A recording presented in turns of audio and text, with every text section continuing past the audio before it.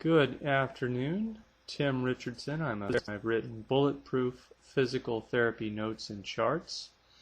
I'm going to demonstrate how to use the optimal instrument, copyright Cedaron Medical, and you can get this by contacting the American Physical Therapy Association and request the copyright clearance from them. This is the difficulty scale, and you would give this to a patient the first time they came in. It's the baseline scale to assess functional limitations. And you can see here I've already gone in and started filling this out. We try not to give the patient too much help. We'll explain what the numbers are. This is called a Likert scale, 1, 2, 3, 4, 5. For level of difficulty, able to do the selected functional activity without any difficulty is a 1, all the way to completely unable to do the activity, which is a 5. Some patients will select not applicable, which is appropriate. Say a lumbar patient might not select any of the upper extremity activities here between 16 and 21. And vice versa for a shoulder patient. At any rate, let me go ahead and get started. I've already selected lying flat and rolling over and moving from a lying to a sitting position, and whoops, okay, sorry, oops, I gotta select it each time. Here we go. There we go. Okay, squatting. Squatting is a little more difficult, we find.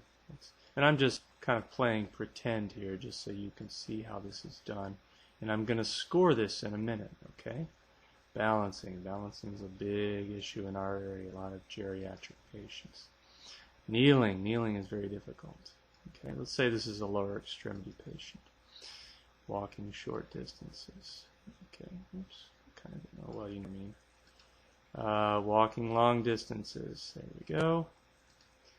Walking outdoors, okay, sand and broken sidewalks. Climbing stairs is difficult, okay. Patient has said, well, I just don't think hopping, jumping, and running is something I need to do. So let's say she's geriatric, okay. And then she comes down and she's going to go ahead and fill out the whole score, the whole scale for it. That's very nice. The upper extremity impairment. Okay. And I think we're about done. Okay. Now we are going to go ahead and score this. Oh, by the way, we would always be name and the date, and I will actually recommend that you have your patients sign the papers as well, because they do become part of the medical record. So this is 2, 3, 4. Let's see if I have a tool here for writing. Do I have something that I could use to write with?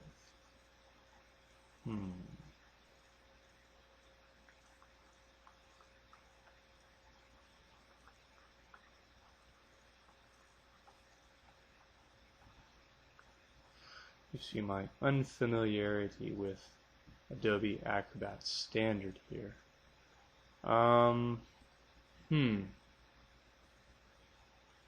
Oh, here we go. Pencil tool. Alright, we're going to put a 4. Okay. 1, 2, 3, 4, 5, 6. And so that's a 12. I think I have to select my pencil tool again. Okay, what did I say that was? 12.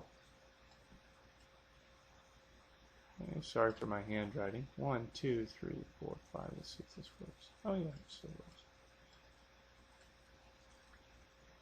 15, 1, 2, 3, which is 12. And these are not selected. Now, when you have some that are not selected, they come off of the denominator. Okay, so that means we're dividing by 18 instead of 21. Normally we would have 21 down here. For the numerator, numerator, 16, 31, 43, right? If anybody needs to correct my math. All right, and then we would just, I'm going to go ahead and do this by hand. Sorry to hold you up there.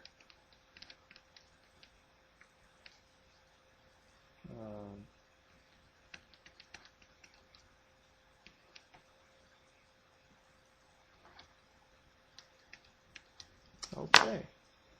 The total then is a 2.34. Okay. All right. I recommend going to 3 digits because it will be easier then to track small changes in functional abilities. We'll do the follow-up here in just a little bit. Finally, the last thing you want to do is go ahead and put the 3 things that you'd most like to be able to do. I can tell you, based on 3 years of data collection with the optimal, that things like walking short distances, balancing, let's put in squatting. These are very common. People put these things in here. Use these for your Medicare long-term goals, okay? For instance, number 9, walking short distances.